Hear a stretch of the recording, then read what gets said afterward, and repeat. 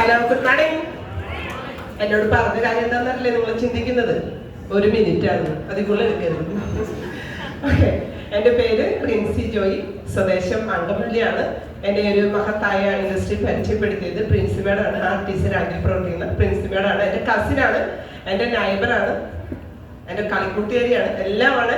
അപ്പം മേഡത്തിന് ആദ്യമേ തന്നെ ഞാൻ ഹൃദയം നിറഞ്ഞ നന്ദി അർപ്പിക്കുകയാണ്. നമ്മൾ ഓരോരുത്തരും വന്ന പോലെ തന്നെയാണ് ഞാനും വന്നത്.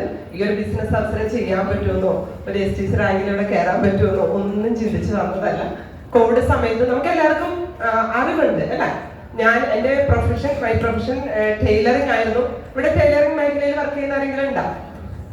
യെസ്, അടിപൊളി. അപ്പം ഞാനൊരു 22 വർഷം കൊണ്ട് തയ്ച്ചുകൊണ്ടിരുന്ന വ്യക്തിയാണ്. വീട്ടിൽ തന്നെ അതിശക്തമായിട്ട് രാത്രി പകലെല്ലാം തയ്ക്കായിരുന്നു, എല്ലാവർക്കും പിടിക്കുമായിരുന്നു. അപ്പം അതുപോലെ തയ്ച്ചുകൊണ്ടിരുന്ന വ്യക്തിയാണ്. അപ്പം എൻ്റെ കസിൻ വന്നിട്ട് എന്നോട് ഈ ഒരു ബിസിനസ് അവസരം പരിചയപ്പെടുത്തി. അപ്പം ഇയാളെ ഒഴിവാക്കാൻ വേണ്ടി ഒരു റെഡ് പേസ്റ്റ് മേടിച്ചു.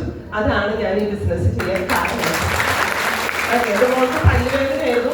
അപ്പൊ കോവിഡ് സമയത്ത് നമുക്ക് ഡോക്ടറെ കാണിക്കാൻ പറ്റാത്തൊരു സിറ്റുവേഷൻ ആയിരുന്നു.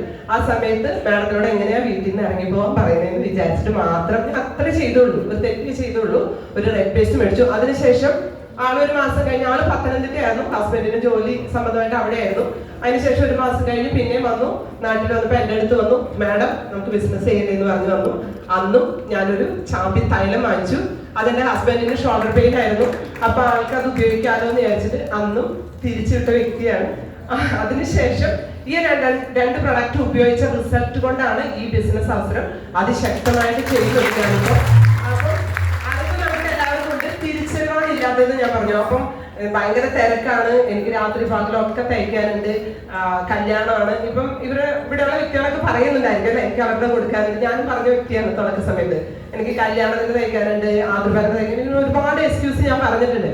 സാറ് ഇവിടെ പറഞ്ഞു പിടിച്ച് വലിച്ച് കൊണ്ടുപോയി ചെയ്യിപ്പിച്ചു തന്നു അല്ലെ, GTS എടുത്ത സാറ്.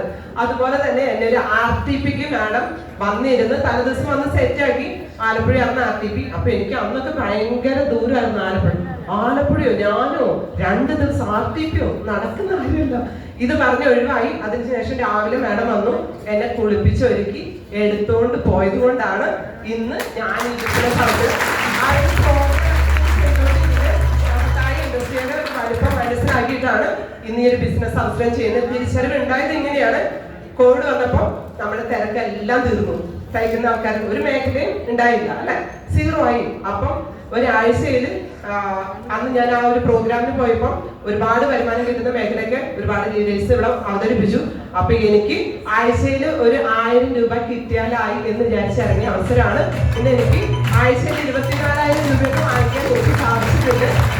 അതുപോലെ തന്നെ ഫോൺ അച്ചീവ് ചെയ്യാനും അതുപോലെ അച്ചീവ് ചെയ്യാനും അതുപോലെ തന്നെ എനിക്ക് ഒരു 2 വർഷമായി ഞാനൊരു ചെയ്യാറുണ്ട്, മാറ്റിയൊക്കെ എടുത്തു.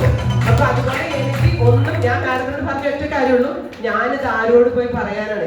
എനിക്കൊരു കണക്ഷനും ഇല്ല. ഈ വീടിന്റെ അകത്ത് ഒരു മുറിയിൽ ഇരുന്ന് വർക്ക് ചെയ്യുന്ന എനിക്ക് ഒരാളായിട്ടൊരു ബന്ധമില്ല. അപ്പം എന്നെ പോലെ ഒന്നും അറിയാൻ പാടാത്ത എന്തെങ്കിലും കഴിവ് കപ്പാസിറ്റിയുള്ള ആൾക്കാരാണ് ഇവിടെ ഇരിക്കുന്ന ഓരോരുത്തരും, എനിക്ക് ഉറപ്പാണ്. അപ്പൊ നിങ്ങൾക്ക് എല്ലാവർക്കും ശക്തമായിട്ട് ഏറ്റെടുക്കാം, ചെയ്യുക, പ്രവർത്തിക്കുക, ശക്തമായിട്ട് പ്രവർത്തിക്കുക.